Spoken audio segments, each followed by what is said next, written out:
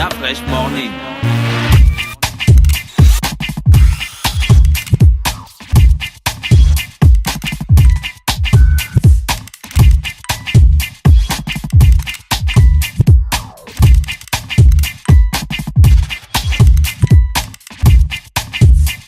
Le réveil matinal le plus hot de la capitale sur leur radio. La plus hot de la capitale.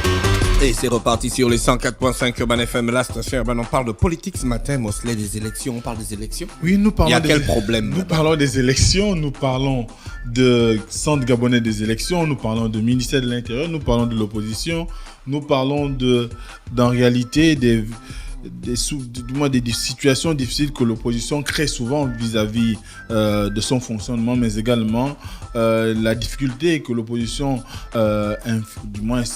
laisse souvent entrevoir pour les populations de correctement lire ses missions, de correctement suivre ses activités. Parce que là, encore une fois, on est dans une situation où on se pose quand même un certain nombre de questions lorsqu'on est dans le peuple. On se dit, on a des leaders qui se revendiquent de l'opposition, qui ont un certain parcours et qui, par le passé, ont toujours brillé par un appel à l'unité, un appel à la jonction des ambitions, un appel au rassemblement, un appel à une communauté d'idées et finalement pour faire en sorte qu'ils puissent parvenir à briguer le fauteuil le plus important, donc le fauteuil présidentiel. D'ailleurs, on a pu le constater en 2016. On a vu un certain nombre de partis politiques, mais également de leaders politiques qui se sont soit rangés du côté de Jean Ping ou qui avaient décidé quand même de le soutenir parce qu'ils estimaient qu'il incarnait le changement. On a vu ce besoin de rassemblement qui s'est créé autour de sa candidature. Et là, les populations, dans leur majorité, se sont dit, si on voit aussi bien des anciens qui étaient déjà dans l'opposition avant et les tranchus du PDG s'unir pour faire en sorte que la voix de l'opposition puisse s'entendre au mieux ou un écho favorable auprès des populations, ça sous-entend que nous sommes en train de sortir de ces carcans du passé qui faisaient qu'à un moment donné, l'opposition avait des difficultés pour s'entendre sur parfois le strict minimum. Or, aujourd'hui, à la lecture des choses et à l'évolution de la situation politique dans notre pays, on se rend bien compte que l'opposition a fini par, ou bien reste quand même il reste lui-même son principal adversaire, parce que quand on regarde un tout petit peu les constructions qui sont en train de se faire aujourd'hui, on se rend bien compte que on peut clairement dire que l'opposition n'est pas en ordre de bataille, n'est pas engagée sur un besoin de faire en sorte qu'il y ait une alternative à la majorité présidentielle, mais beaucoup plus dans une voie où on verrait peut-être des individus s'inscrire dans une logique nombriliste, sinon d'égocentrisme, parce que quand on regarde ce qui se passe Qu'est-ce qui se passe actuellement? On voit bien que on a le ministère de l'Intérieur a énuméré un certain nombre d'activités qui devront conduire à l'organisation des élections législatives qui devaient se tenir ce mois d'avril. C'est vrai que quand on voit aujourd'hui la configuration, sinon la situation, on a encore un problème avec la mise en place de la révision de la liste électorale. On a encore un problème avec même l'entité qui devra fournir le matériel électoral, même si le contrat a été à nouveau signé avec Gemalto, mais on sait quand même qu'il y a encore des difficultés pour que la machine puisse correctement se déployer.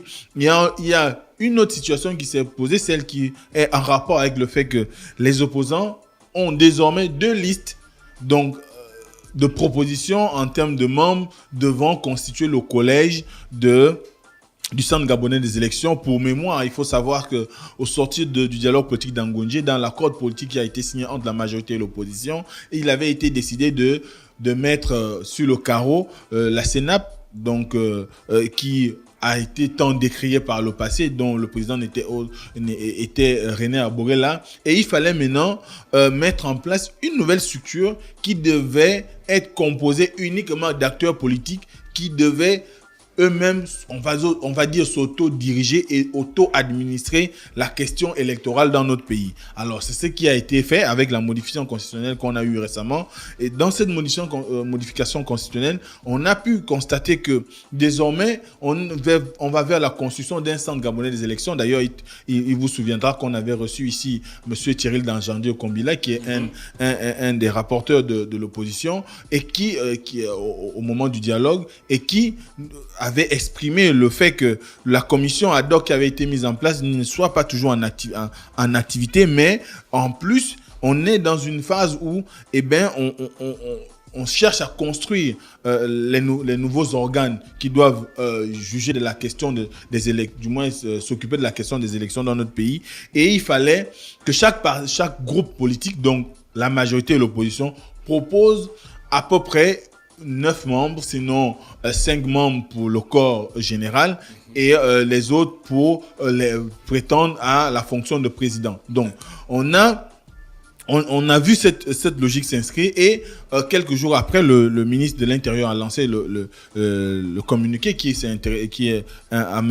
devrait amener les groupes politiques à pouvoir constituer ces listes-là, et un groupe d'opposition constitué de 41 partis politiques, notamment l'Union nationale. On avait également Héritage et Modernité, un bon nombre de partis qu'on dit entre griffes, parti Gazelle, ce sont autour de Jean Ping, se sont également greffés au mouvement, mais également l'ACR de Bruno Benbomba, et ils sont allés déposer leur liste le 23 mars. Et durant cette rencontre avec Madame Justine Koumba Pemba, ils ont fait savoir que c'était la liste de l'opposition pour la mise en place du centre gabonais des élections.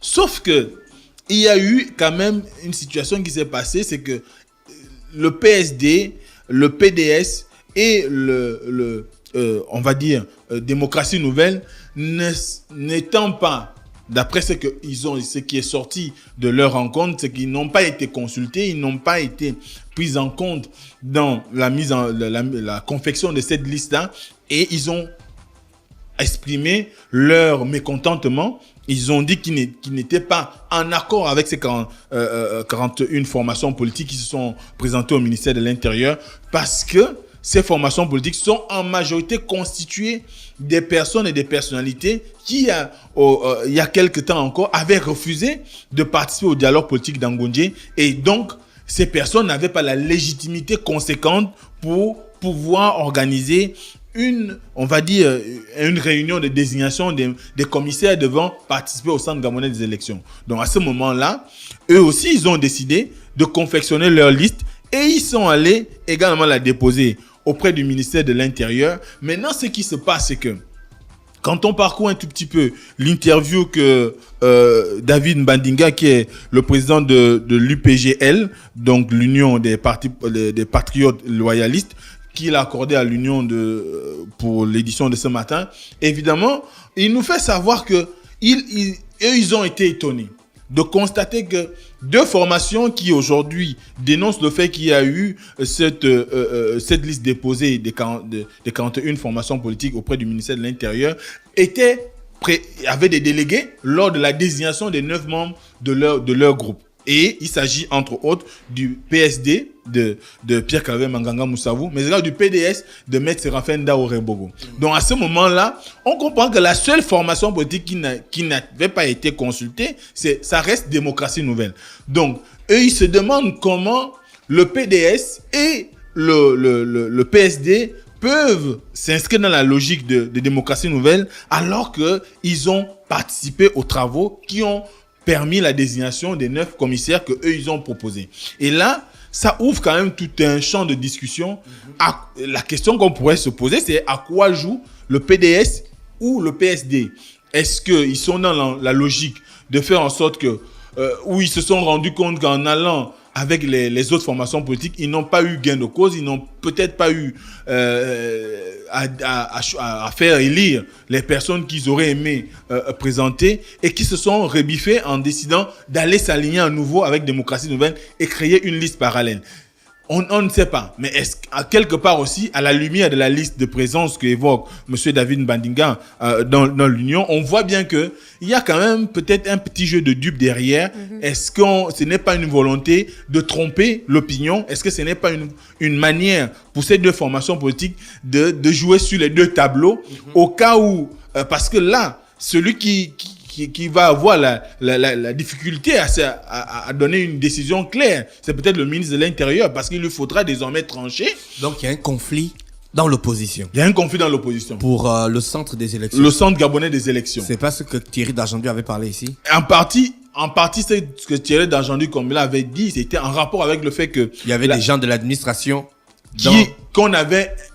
on voulait créer d'autres postes pour des gens de l'administration. Ce qui n'était pas logique. Au regard de la loi et de la liberté de la démocratie. Notamment avec la nouvelle constitution. Donc maintenant, dans le bureau du on appelle ça le centre gabonais des élections, il y a l'opposition qui a 40 partis, un groupe. Il y a l'opposition qui a un peu plus de 40 partis, dont on va dire 45 partis, et il y a un autre groupe qui est celui de la majorité, avec pour locomotive le Parti démocratique gabonais, dont le PDG, et le CLR. Donc... Mais le conflit est où là? Tu me dis qu'il y a deux groupes de l'opposition. Non! Par rapport à la configuration que tu présentes, on a deux situations. C'est l'intervention de Thierry Dargendu, comme il a été sur l'opposition et la majorité, leur représentativité. Mais non, là, on parle de l'opposition. Un corps d'intrus. Opposition against opposition. Et là, on a un groupe de 45 et on a un groupe de 3. On a un groupe de 41 partis contre un groupe de 3. Et dans les 3, il y a encore 2 qui étaient déjà dans les 41 partis. Mais donc, ils sont sortis des 41 partis. Ils sont sortis. Mais sauf que, quand même, à la lumière des choses, ça ne passe pas bien. Ça ne passe pas bien comment? Le fait qu'ils sortent du groupe de 41 pour aller dans le groupe de 3. Mais pourquoi être allé d'abord dans le groupe de 41 et après ressortir? Mais la démocratie, c'est la loi de la majorité, non? Oui, c'est la loi de la majorité. Les gars qui sont plus nombreux que les autres. Maintenant, il y a aussi un problème. On peut avoir la loi de la majorité, il y a un problème de légitimité aussi qui se pose. Parce que... Dans les 40 et quelques partis, voilà. Là, ce sont des partis qui ne sont pas légitimes. Légitimes sur le fait que, est-ce que ce sont eux qui sont légaux? Ils sont reconnus par le ministère de l'Intérieur. Donc, c'est des partis illégaux. Légalement enregistrés. Au ministère de l'Intérieur. D'accord. Mais maintenant, la légitimité passe sur le plan politique. Est-ce qu'il y a un paragraphe sur la légitimité dans l'élément constitutif du Conseil gabonais des élections? Il n'y a pas un problème de légitimité, c'est juste ce qu'il faut se poser, c'est dire qu'il faut que l'opposition, dans son ensemble, peu importe la coloration, doit avoir 9 délégués. Donc 9 commissaires. La majorité 9 commissaires. Maintenant, ce qui se pose en termes de légitimité, comme on le dit là, c'est par rapport à la participation au dialogue politique. Ah d'accord, donc ceux qui sont partis au dialogue politique doivent être dans le Conseil gabonais des élections. Ce sont eux qui estiment qu'aujourd'hui, il est de leur ressort de mériter, de conduire la locomotive qui devrait présenter conduire la locomotive. Voilà, qui devrait présenter les 9 conseillers, les 9 commissaires qui doivent représenter l'opposition. D'accord. Ça, c'est ceux qui sont allés au dialogue. Ils sont dans les 41. Non. Ils sont dans les 3. Oui. Donc, dans les 41, là, il y a ceux qui ont refusé le dialogue, mais qui sont maintenant chauds pour aller aux élections. Voilà. Et être membre du Conseil gabonais et avoir des représentants au sein du Conseil gabonais des élections. Donc, c'est tout le problème. Donc, c'est là le problème. C'est là le problème. Ok. Donc, c'est là le problème. C'est là où le bas blesse. C'est la douce que. C'est la douce que le bas blesse. Et je crois que ce qui se passe, c'est que certainement, en allant participer à la réunion qui avait été organisée par les autres formations, la majorité de l'opposition, le PDS et le PSD se sont retrouvés dans une situation où, après vote, sûrement, René Ndemezor est revenu vers, puisque Démocratie Nouvelle n'a pas participé à cette réunion, est sûrement revenu vers ses leaders, notamment Pierre-Canal Mangara Moussavou et Seraven Daoué, leur dire, mais comment vous allez vous aligner avec des gens, certainement, je dis certainement, c'est ce qu'il pourrait leur avoir dit, que vous vous êtes aligné avec des gens qui n'ont pas participé au dialogue politique et qui n'ont aucune légitimité. C'est nous aujourd'hui la voix de l'opposition vis-à-vis du pouvoir. Est-ce que Guy Zumba Dama est la voix est l'interlocuteur du pouvoir actuellement? Non. Est-ce que Barreau Chambrier, qui est d'héritage et modernité, est l'interlocuteur privilégié du pouvoir vis-à-vis de l'opposition actuellement? Non. Est-ce que Zachary Mimboto est dans la même posture? Non. Donc, dans ce cas, pourquoi vous allez travailler avec eux alors que nous trois, nous formons le triangle de la légitimité vis-à-vis du pouvoir, les interlocuteurs privilégiés en ce qui concerne le débat politique actuel. Donc c'est sûrement ce qui s'est passé et qui a conduit... On a un auditeur qui dit, Mosley, attention, dans les 43 partis, il y en a 8 qui étaient au dialogue politique. Oui, mais la question n'est pas... Il y en a 38, qu'est-ce que je raconte? 38 qui étaient au dialogue politique. Oui, même si les 38 étaient au dialogue politique... Mais il faut pas dire même si, c'est la condition maintenant en ce moment. C'est ça. Je suis d'accord. On est tous dans la condition. Mais quand on regarde aujourd'hui, pourquoi... On regarde quoi? Quand on regarde la lecture, du moins ce qui se passe... La structure, le paysage. La situation. On voit bien que Ndemezo, Pierre-Claver Manga Moussavou et le président du PDS, notamment Maître Servain Ndao Rebongo, ne tiennent pas compte des 38 autres partis. Ah, d'accord. Donc, Jean René Ndemezo, Pierre-Claver Manga Moussavou et Ndao Rebongo. Ce sont les trois partis-là qui forment l'autre. C'est les trois là qui forment l'autre groupe des partis qui sont pas d'accord avec les 40 et quelques. Oui.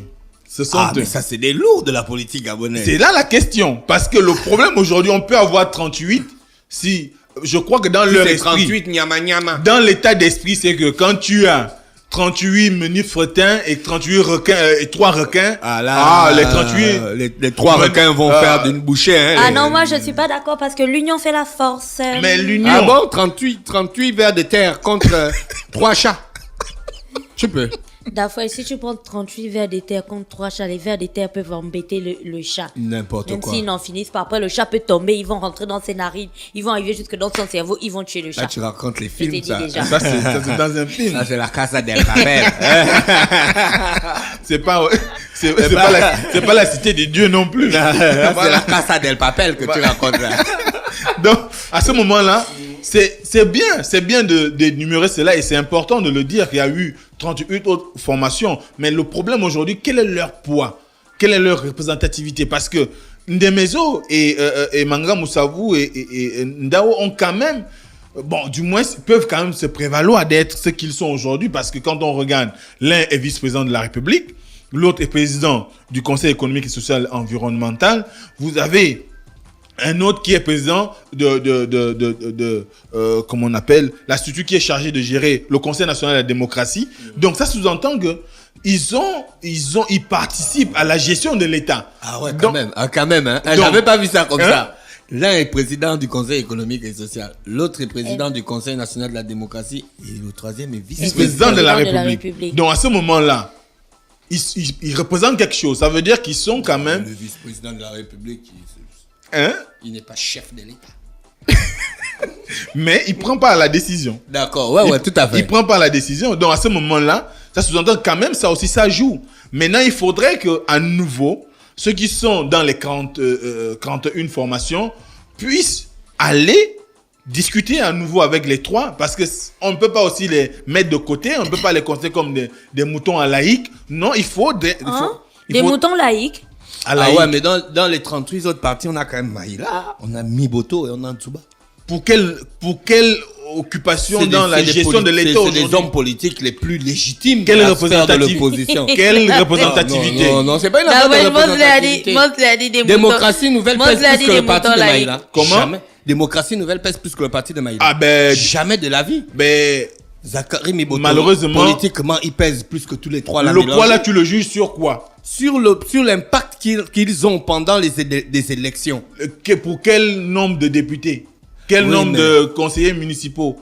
Quel nombre d'élus, même sur le plan local? La démocratie nouvelle n'existe que de nom, ils ont des élus.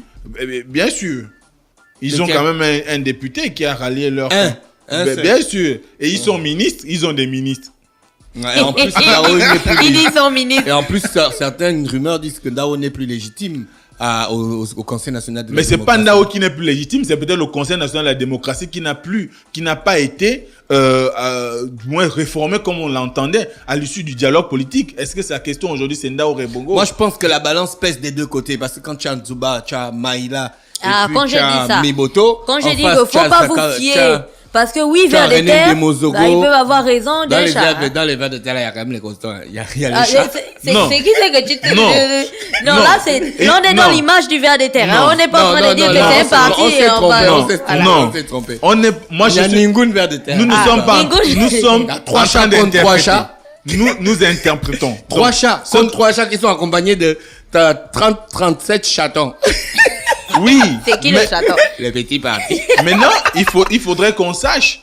Parce que là aussi, quand vous voyez, vous regardez un tout petit peu, les partis politiques qui sont proches, du moins qui sont les poids lourds aujourd'hui de ces 41 formations, sinon on va dire 39 puisque le PDS et le PSD sont sortis. Donc, ces formations politiques sont des partis qui appartiennent à la coalition pour la Nouvelle République et qui aujourd'hui elle-même elle est divisée parce qu'on cherche à savoir aujourd'hui si on doit aller aux élections ou pas. Surtout que leur leader Jean-Pierre... D'accord, c'est ça la vraie question. Les gars règlent la question comment? Ouais. Maintenant, l'élection est renvoyée, non? L'élection va être renvoyée. Officiellement, c'est pas fait. C'est pas fait. Ah, donc faut pas venir dire ici que l'élection est renvoyée. Mon frère, tu connais le Gabon. On a donné... L'argent peut sortir aujourd'hui. C'est pas l'argent, c'est pas une question d'argent. J'avais entendu ça que monsieur... Il s'appelle comment? Le secrétaire... le directeur du protocole de la présidence. Secrétaire général adjoint. Cyriac Voradjami. Oui. J'avais entendu ce qu'il a dit.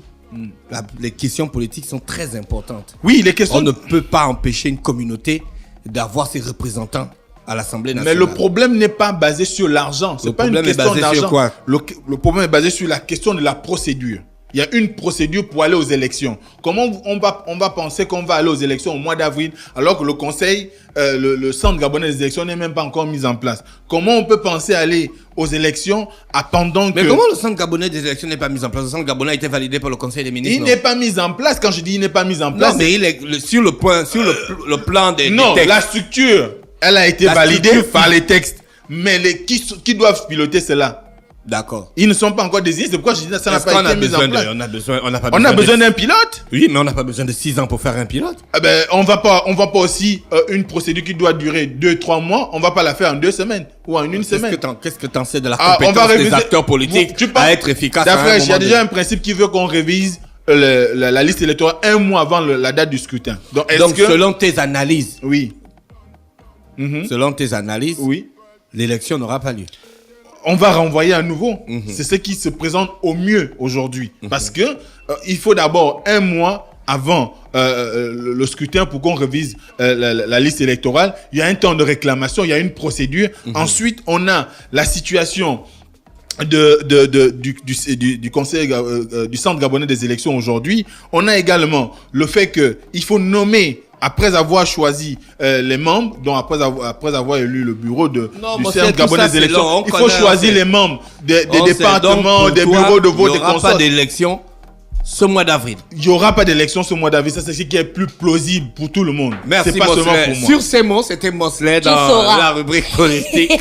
Il doute encore des Gabonais à favoriser la vie de la politique que celle des populations. Tu vas voir quand tu vas te lever demain comme ça, on va dire élection la semaine prochaine. Merci encore à tous les auditeurs qui étaient avec nous ce matin sur les 104.5 Urban FM, la station urbaine. Voici l'horoscope des auditeurs avec René Ruth. René Ruth, bonjour. Le réveil matinal le plus hot de la capitale sur leur radio. La plus haute de la capitale.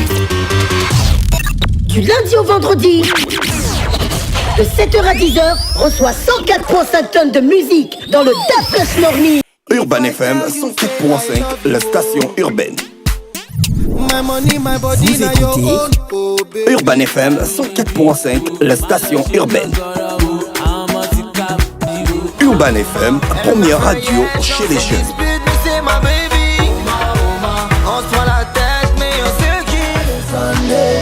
Urban FM, la radio des musiques urbaines. Urban FM 104.5, la station urbaine. Da Fresh Morning.